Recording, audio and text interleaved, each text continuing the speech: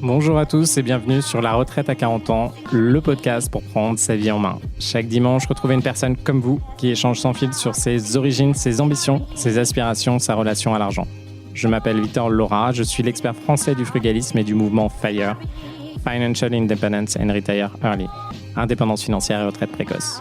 Retrouvez mon livre La Retraite à 40 ans, c'est possible aux éditions Larousse. Pour rejoindre le mouvement FIRE, c'est sur devenirfrugaliste.com. Il y a une communauté, des workshops et des outils.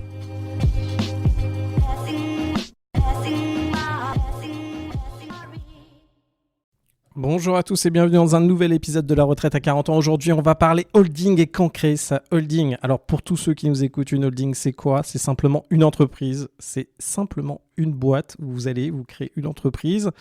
Et ça peut devenir une holding si elle détient des participations, par exemple, ou si vous allez investir avec. Donc, une holding, on retient que c'est simplement une entreprise avec un objet large. Donc quand vous créez votre boîte, on vous demande de spécifier l'objet. Et d'ailleurs, moi, je vous encourage assez souvent, alors il y a un peu d'aspect négatif dessus, mais à mettre des objets assez larges. Parce que disons que, comme moi, vous créez une boîte et vous dites, OK, la boîte, c'est un espace de coworking, mais qui n'a pas justifié dans les statuts que vous pouvez racheter de l'immobilier ou que vous pouvez faire de la domiciliation. Par exemple, vous allez devoir éditer les statuts une nouvelle fois pour pouvoir ajouter d'autres choses et d'autres objets dans votre entreprise. Donc, l'objet d'une holding, d'ailleurs, je devrais vous prendre l'objet de ma holding, mais ça va être, on va retrouver dedans quelque chose d'assez large, comme prendre des participations, faire des investissements, etc., etc. Alors, et détenir des biens immobiliers, voilà. Quand est-ce qu'il faut créer cette holding ? Alors, pour tout le monde, au début, moi je me rappelle le concept de holding, et je pense peut-être pour certains d'entre vous, c'est quelque chose, on se dit tiens, c'est bien, c'est un outil de méga défiscalisation, c'est super intéressant, c'est quelque chose que, entre guillemets, les riches font, etc. Donc je vais faire la même chose, et puis potentiellement, vous n'avez jamais créé de boîte aujourd'hui, et du coup, pour vous, une boîte, c'est assez loin, c'est assez large. Alors, le truc de la holding, c'est quand vous avez une boîte, déjà, c'est une personne morale. C'est comme si c'était une personne qui peut prendre des décisions. Donc, c'est comme si vous avez quelqu'un d'autre à côté de vous. Et la seule problématique, c'est que ça engendre indirectement beaucoup de charges mentales, beaucoup de frais de gestion, beaucoup de frais de constitution, etc. Alors, aujourd'hui, c'est beaucoup plus simple de constituer des entreprises qu'avant. Je pense que vous pouvez le faire pour 300 €.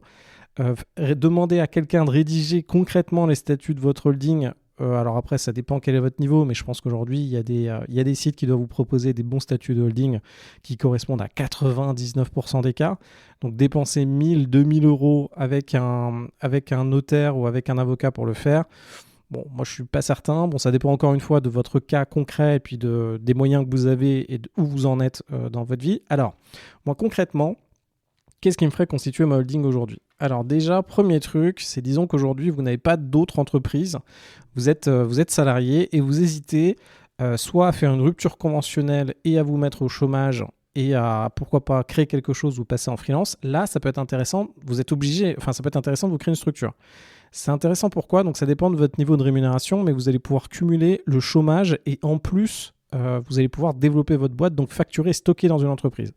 Quand vous êtes dans ce cas-là concret, vous pouvez créer une SASU à l'IS et indiquer que vous n'allez pas vous rémunérer. Comme ça, vous allez pouvoir facturer 1000 ou 10 000 ou 20 000 € par mois dans votre SASU, stocker l'argent et vous profiter du chômage pendant le temps où vous avez le chômage. Alors attention, plus les années passent, plus l'obtention du chômage et plus les règles diminuent. Donc le plus tôt, c'est le mieux. Moi, si j'étais vous, pourquoi ? Parce que plus on avance, moins il y a de chômage de façon générale. L'État revient sur pas mal de choses. Donc il y a ce cas concret, vous allez pouvoir créer une entreprise. Alors, s'il vous plaît, ne l'appelez pas holding, ne faites pas comme moi. N'appelez pas une boîte qui s'appelle holding. Pourquoi ? Parce qu'après, ça va créer potentiellement pas mal de problèmes lorsque vous allez vouloir faire des emprunts et même dans votre structuration de façon générale. Donc, donnez-lui un nom général. Et en fait, cette boîte que vous allez créer un objet assez large. Donc, ça va vous permettre, dans un premier temps, de faire directement du conseil avec cette boîte. Donc, vous allez pouvoir facturer du conseil, facturer des prestations. Donc, par exemple, si vous voulez faire de l'apport d'affaires, vous allez pouvoir faire de l'apport d'affaires. Si vous voulez faire du commercial, vous allez pouvoir faire du commercial. Si vous voulez vous vendre à la journée parce que vous êtes consultant marketing, vous allez pouvoir vendre à la journée. Là, c'est la première étape où en fait, on fait des choses qui ne sont pas parfaites. Il faut se rappeler de quelque chose. Quand on commence dans le business, les choses ne sont jamais parfaites. C'est au fur et à mesure du temps et que les enjeux évoluent qu'on va pouvoir se structurer de façon différente. Alors pourquoi je vous dis ça ? Parce qu'à terme, c'est très mauvais de mélanger plusieurs objets dans la même entreprise parce que vous êtes à risque sur différents objets. Alors je vais vous dire un cas concret. Disons que vous avez dans le même endroit, et moi c'est ce qui m'est arrivé, une boîte de formation et en même temps un immeuble que vous avez acheté. Et disons qu'à un moment, la partie formation marche moins bien pour différentes raisons. Vous devez vous séparer de vos équipes. Et là, vos équipes, il y en a 2 qui vous envoient au prud'homme avec un risque de 20 000 € par personne. Donc ça fait 40 000 € en tout. Là, c'est directement en fait l'entreprise qui détient le bien immobilier qui va être attaquée. Donc là, vous êtes obligé de défendre ce cas-là. Alors quoi qu'il arrive, de toute façon, vous êtes obligé de défendre le cas parce qu'envoyer une boîte au casse-pipe, on en parlera une autre fois, mais en fait, vous avez vachement de risques.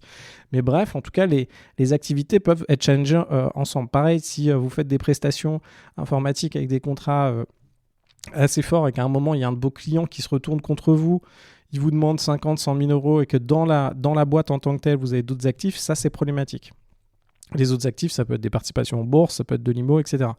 Donc l'enjeu, ça va être vraiment de segmenter toutes ces activités, mais quand on commence au début, finalement, le risque, il n'est pas très élevé. Et puis bon, que vous ayez quelqu'un, si vous n'avez pas de salarié, le risque est... Enfin, c'est surtout les salariés qui posent problème. Si vous n'avez pas de salarié, ça va. Et si vous n'avez pas des contrats, si vous avez juste des contrats de prestat ou si vous encaissez juste des factures sur des missions courtes, le risque est quand même globalement faible.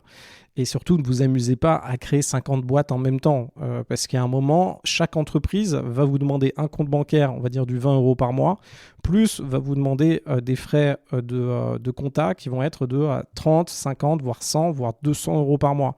Donc vous imaginez, vous commencez à enclencher les dépenses, ça fait des comptes bancaires supplémentaires, ça fait des accès supplémentaires, ça fait des applications sur votre téléphone supplémentaires. Bref, vous avez tout ça qui s'enchaîne et ça commence à faire beaucoup, surtout quand vous en avez un paquet. Donc déjà, il y a ce premier cas. Ce premier cas, c'est quand vous allez... Donc on est déjà dans le cas optimisation de la rémunération où vous allez passer du coup au chômage et que vous allez pouvoir du coup vivre avec votre chômage et en fait encaisser de l'argent dans votre boîte. Ça peut être très intéressant. Pourquoi ? Ça vous permet de voir déjà si le business marche et en plus d'avoir déjà accès à du capital. Si vous voulez faire de l'immobilier à ce moment-là, rappelez-vous d'un truc, la majorité des banques vont vous dire il faut attendre 3 ans de bilan, etc. Si vous facturez plus de 10 à 20 000 € par mois en tant que freelance, il y en a beaucoup d'entre vous, ça peut être ça, ou en fonction de votre activité, sachez qu'au bout de 3 mois, vous allez pouvoir faire une opération immobilière. Si vous aviez des bons revenus avant, que vous êtes au chômage, mais que vous encaissez 10-20 000 balles par mois, en 3 mois, c'est bon, vous faites une opération immobilière, c'est-à-dire que vous pouvez réemprunter et la banque vous redonnera de l'argent. Autre élément, sur l'optimisation de la rémunération, il y a un truc très concret, c'est de savoir qu'est-ce qu'on passe en charge ou pas. Donc quand on est salarié, généralement on peut avoir des frais d'entreprise en fonction du poste qu'on occupe. Quand on est à son compte ou qu'on a une boîte à son compte, ce qui est bien, c'est que, alors je pense qu'il y en a beaucoup d'entre vous qui, comme moi, travaillent beaucoup, ce qui fait que, par exemple, l'autre jour, moi j'étais dans un hôtel en train de prendre un thé toute l'après-midi avec 2 personnes et on était sur un cas de reprise et d'immobilier. On est dans des cas d'activité de mes entreprises. Du coup, les 50 € pour le thé de l'après-midi, ça passe en frais dans l'entreprise. Rappelez-vous d'un truc, quelque chose que vous dépensez vous directement et quelque chose qui est dépensé par l'entreprise, il y a un facteur x3. C'est-à-dire que si vous dépensez de votre compte bancaire 50 €, en fait, ça vous coûte 150 €. Moi, je le vois plutôt dans ce sens-là. Pourquoi ? Parce que vous avez de la cascade de frais qui a lieu, enfin plutôt de taxes ou de cotisations, ça dépend comment vous voyez ça. La première taxe que potentiellement vous pouvez récupérer en fonction de votre holding, ça va être la TVA. TVA, c'est 20%. Et après, vous allez avoir, en fonction de comment vous rémunérez, l'IS, donc 25%, et après le versement des dividendes, disons 30%. Donc faites tout le calcul. Bon, grosso modo, il y a une très très grosse pression fiscale. Vous, ça vous permet du coup de faire un x3 sur votre niveau de vie, et surtout, ça vous permet, alors pensez bien à faire ça. Il y a d'autres éléments aussi. Vous pouvez, alors il faut voir en fonction de là où vous en êtes, mais passer une partie de votre loyer ou passer directement, vous pouvez directement, alors attention, ça dépend de comment c'est fait, mais vous pouvez directement louer en fait un local ou un appartement avec votre entreprise. Regardez bien les règles, mais par exemple, disons que vous habitez à Montpellier. Donc moi, alors c'était le cas à un moment, si vous voulez, moi j'ai une grosse partie de mes équipes qui sont à Montpellier, moi je suis à Paris, je pourrais très bien, avec ma holding, louer un local, un appartement à Montpellier. Ce ne sera pas retraité comme un complément de revenu, sachant que moi j'habite à Paris. Donc en fait, mon appartement à Montpellier, si je voulais en avoir un, pouvait être ça. Alors il y a des questions de distance, je crois que c'est plus de 300 km. Donc si vous avez ce cas-là, vous pouvez très bien avoir une résidence qui est totalement couverte finalement par votre entreprise. Pareil, en fonction de ce que vous faites comme justification, il y a pas mal d'autres éléments qui peuvent passer sur l'entreprise. Donc que ce soit votre téléphone, donc par exemple moi j'utilise que mon téléphone pour travailler. Donc alors maintenant les montants de téléphone ne sont pas énormes. Vous pouvez passer une partie d'Internet, voire la totalité. Si vous avez besoin d'équipement, donc la majeure partie d'entre nous, on a besoin de quoi aujourd'hui? D'un ou plusieurs téléphones. Donc si vous prenez un iPhone, c'est 1 700 €. Vous imaginez, vous l'achetez tout seul ou c'est votre entreprise qui l'achète. Vous avez besoin d'un ordinateur. Moi, j'ai besoin d'un micro, voilà, avec lequel je vous parle. Il y a tous les logiciels que j'utilise. Donc là, il peut y avoir les logiciels, il peut y avoir LinkedIn, etc., etc. Donc tout passe sur l'entreprise. Donc en fait, ça vous permet, si vous faites un tableau rapide, vous vous rendez compte dans la logique, vu que vous êtes dans une logique business, et je pense que la majorité d'entre vous, vous êtes dans une logique business. Si vous êtes dans une logique investissement, c'est business aussi.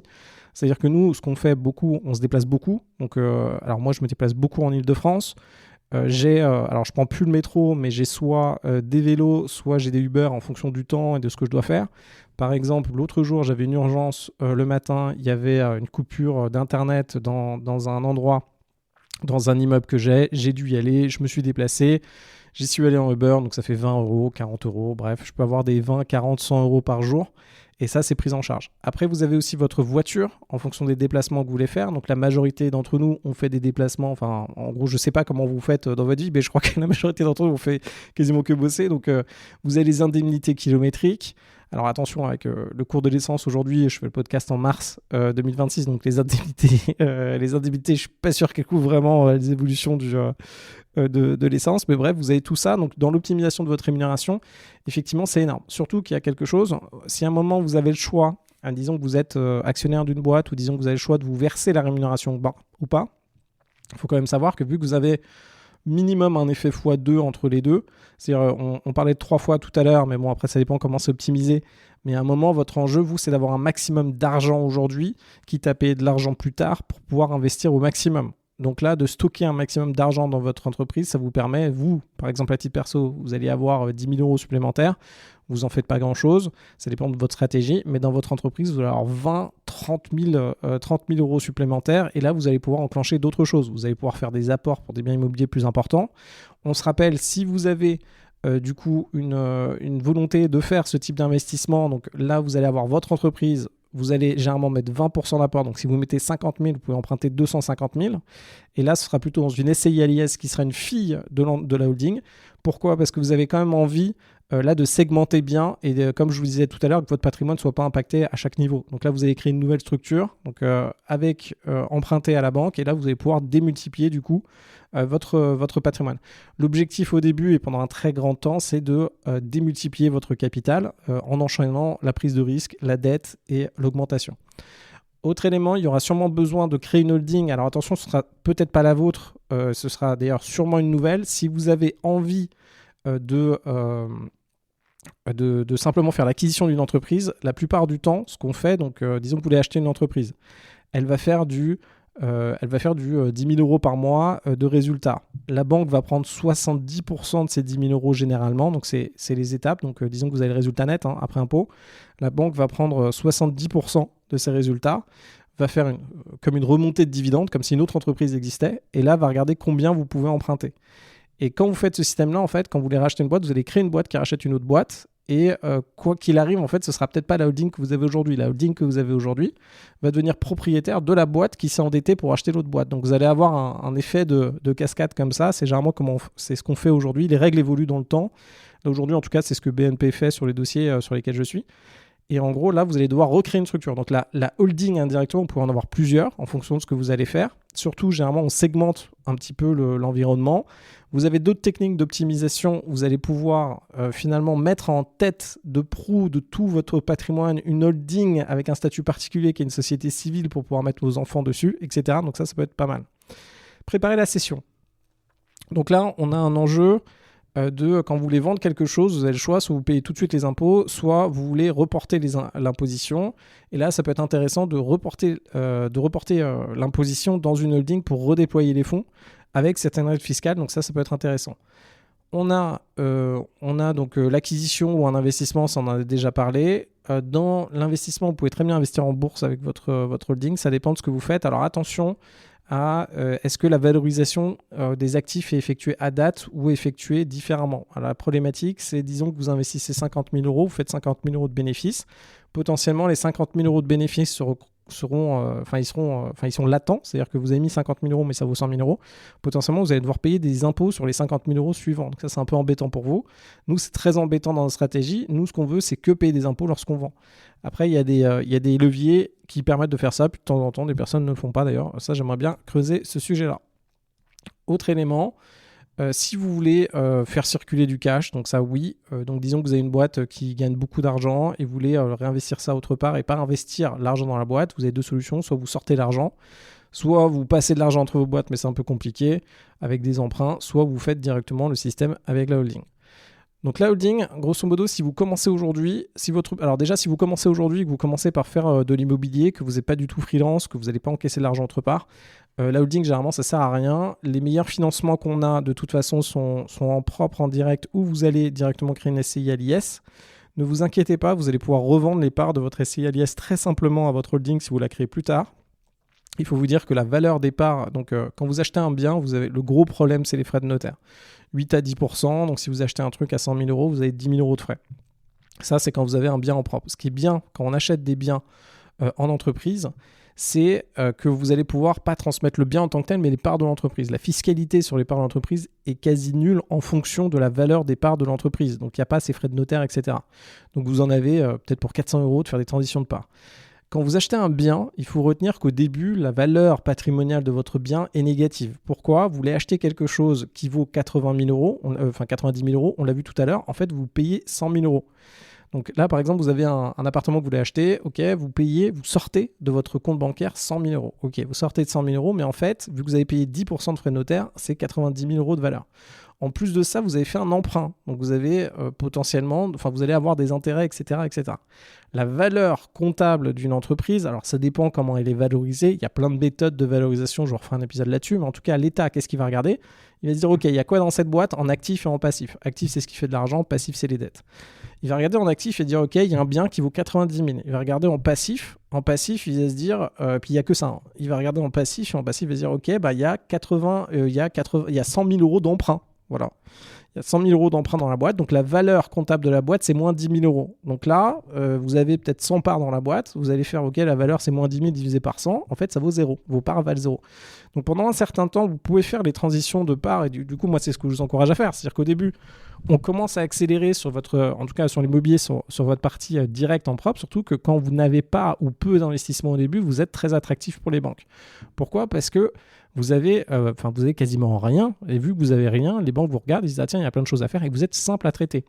Lorsque vous commencez à avoir 2 boîtes, 2 SCI où il y a de l'immobilier, plus une boîte, plus vous êtes salarié, je sais pas quoi, là ça devient un enfer parce que pour chacun de vos investissements, les banques vont devoir regarder les comptes bancaires, les flux, l'imposition s'il y a l'imposition pour comprendre, les statuts de la boîte et les mensualités d'emprunt, donc les tableaux d'amortissement. Et ça, c'est un enfer à regarder pour les banques et puis aussi vérifier que le bien est à peu près bien valorisé et que c'est pas un truc dans les choux, quoi. Donc en gros, ça prend énormément de temps. Donc au début, en tout cas, nous, ce qu'on fait, et moi ce que je vous encourage à faire, c'est d'utiliser tous les mécanismes que vous pouvez utiliser avant d'avoir une holding.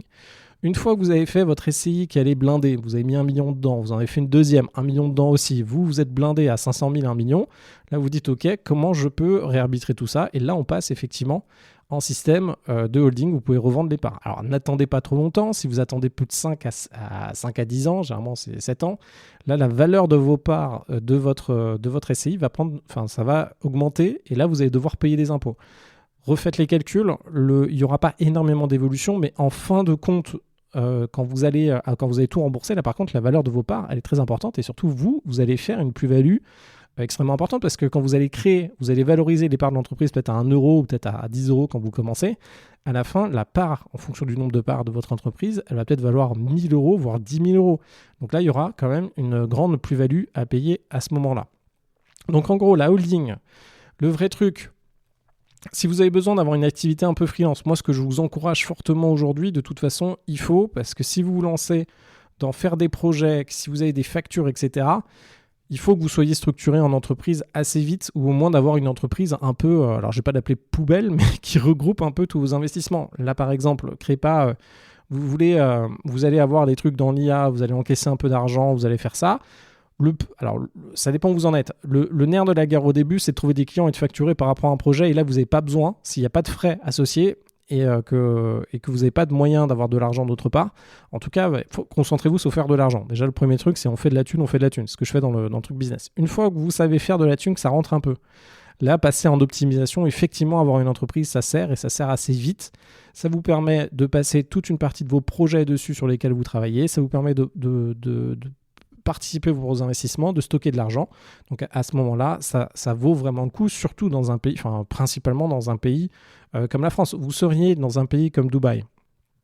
Avant, il n'y avait pas d'impôt. Maintenant, il y a 10%. Donc avant, le compte bancaire de votre entreprise, c'était le vôtre. En gros, vous preniez l'argent et c'était parti. Il n'y avait pas d'impôt. Quand vous êtes dans un pays comme la France où le moindre mouvement, c'est 50% de taxes, c'est quand même ce qu'il faut se dire. Si par exemple, là, vous voulez vous verser un salaire de votre entreprise, vous pouvez le faire en fonction des statuts, etc., mais principalement avec une SASU ou une SAS, vous versez 2 000 €, ça va coûter 4 000 € à la boîte. Pour des cotisations, attention, regardez bien si vous faites ça, vous cotisez, mais vous êtes assimilé salarié, mais vous avez, je pense, 50% de moins. Vous cotisez autant, mais vous avez 50% moins d'aide que si vous étiez salarié tout court. Donc vous avez ces éléments-là qui sont intéressants. Pour créer sa boîte, moi ce que j'utiliserais, alors ça dépend de la complexité de ce que vous allez faire. Les outils en ligne sont globalement, donc il y a Indie, j'ai pas mal bossé avec eux, ils sont très sympas. Il y a Dougs, quand vous commencez ça peut être bien. Vous avez peut-être besoin d'être rassuré, ça dépend de vos besoins. Si vous avez besoin d'être rassuré, n'hésitez pas à me contacter, je vous enverrai des experts comptables, commissaires aux comptes avec qui je bosse qui sont très sympas. Alors attention, aujourd'hui ça coûte cher, ces services coûtent très cher. Mais si vous ne savez pas que vous avez besoin de progresser, que c'est un investissement, oui. Si vous voulez juste créer une holding avancée simplement, vous pouvez très bien commencer avec des outils en ligne. Ça marche très bien pour ce que c'est, ça vous permet d'avancer. C'est exactement pareil quand vous faites aujourd'hui votre liasse fiscale. C'est-à-dire que quand vous faites de la location meublée aujourd'hui, moi je déclare mon meublé.com, ça fonctionne très bien, je fais mon LMP avec. Donc LMP, c'est l'évolution, c'est loueur meublé professionnel, c'est l'évolution du LMNP quand vous atteignez certains stades. Bref, donc en tout cas, la holding, c'est un outil, moi je le verrais plutôt comme une structure qui vous permet de faire des choses. En fonction de ce que vous voulez faire, il y a principalement 5 cas, c'est très bien. Quand vous voulez créer une boîte subsidiaire, quand vous avez des bénéfices qui sont très importants, quand vous voulez faire une acquisition de boîte, quand vous voulez préparer la vente d'une de vos boîtes, quand vous optimisez votre rémunération et quand vous voulez protéger votre patrimoine. Alors, il y a aussi autre chose dont on n'a pas beaucoup parlé, c'est la succession. C'est vrai que vous pouvez faire rentrer, en fonction de la valorisation de votre holding, vous pouvez faire rentrer vos enfants dedans. Et alors là, vous pouvez céder. Il faut quand même se dire que les impôts, ça arrive très vite. Les impôts de succession à 50% de taux d'imposition. Vous pouvez regarder les tableaux, c'est assez astronomique. Donc, si vous voulez léguer des éléments assez tôt, vous pouvez vendre des parts de holding. Et il y a aussi autre chose, c'est que ça se finance. Ah oui, alors il y a tout un cap que je n'ai pas évoqué avec vous, mais une fois que votre holding, elle obtient assez d'actifs. Ah oui, c'est un gros truc, j'en ferai un épisode. Nous, notre guerre, le nerf de la guerre qu'on a tous là, tous ceux qui m'écoutent là aujourd'hui, c'est que nous, il faut qu'on aille faire du patrimoine. Il faut qu'on aille faire du patrimoine et du cash flow. Il faut qu'on aille faire les deux. Pourquoi ? Parce que à un moment, quand on commence à avoir du patrimoine quelque part, que ce soit des parts d'entreprise qui ont du patrimoine, que ce soit de l'immobilier, etc., on peut se refinancer avec de la dette. Donc nous, notre premier challenge, c'est réussir déjà à avoir de quoi bouffer. Donc 1000, 2000, 3000 balles par mois. Donc ça, l'IMO, c'est très bien, par exemple. Ou sinon, on est en freelance et on arrive à avoir quelque chose où on optimise son temps, etc. Comme ça, on regagne son temps et on peut décider de ce qu'on fait, trouver cette liberté. Et deuxièmement, après, c'est d'aller taper du patrimoine. Donc d'aller taper du 500 000, 1 million d'euros sur de l'IMO, sur des parts de boîte. Une fois qu'on a ça, les banques peuvent nous refinancer. C'est-à-dire qu'on peut réavoir de l'argent. On peut réobtenir un emprunt de l'équivalent à peu près du patrimoine qu'on a en fonction de ce que c'est. Donc si vous avez 1 million d'euros stockés dans une boîte de valeur de part de boîte, que votre boîte elle est finançable, vous pouvez récupérer 1 million d'euros, voire plus en fonction de la valo et en fonction des flux, etc. Il faut voir comment c'est fait. Et là, on rentre dans un autre game. En fait, on rentre dans votre deuxième vie un peu d'investisseur ou votre deuxième vie tout court. C'est-à-dire qu'à un moment, vous allez pouvoir réutiliser, donc vous allez avoir du cash flow et réutiliser vos actifs pour les transformer dans de la dette pour que vous puissiez avancer et faire des choses supplémentaires. Donc il y a ça aussi qui fonctionne bien avec la holding pour la succession. Et puis on a fait quasiment le tour. Donc n'hésitez pas à me laisser 5 étoiles et à m'envoyer un petit commentaire sur Insta, un petit commentaire sur LinkedIn. Et je vous dis à très vite.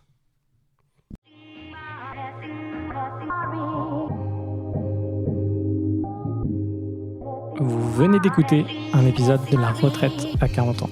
N'hésitez pas à en parler autour de vous, à vous abonner, à rajouter 5 étoiles et à mettre un petit commentaire. Ça nous aide vraiment beaucoup. Pour être informé des nouveautés, rendez-vous sur devenirfrugaliste.com. Une question, je réponds sur LinkedIn, Victor Lora, L-O-R-A. Et surtout, n'oubliez pas, vous êtes déjà au top. À très vite.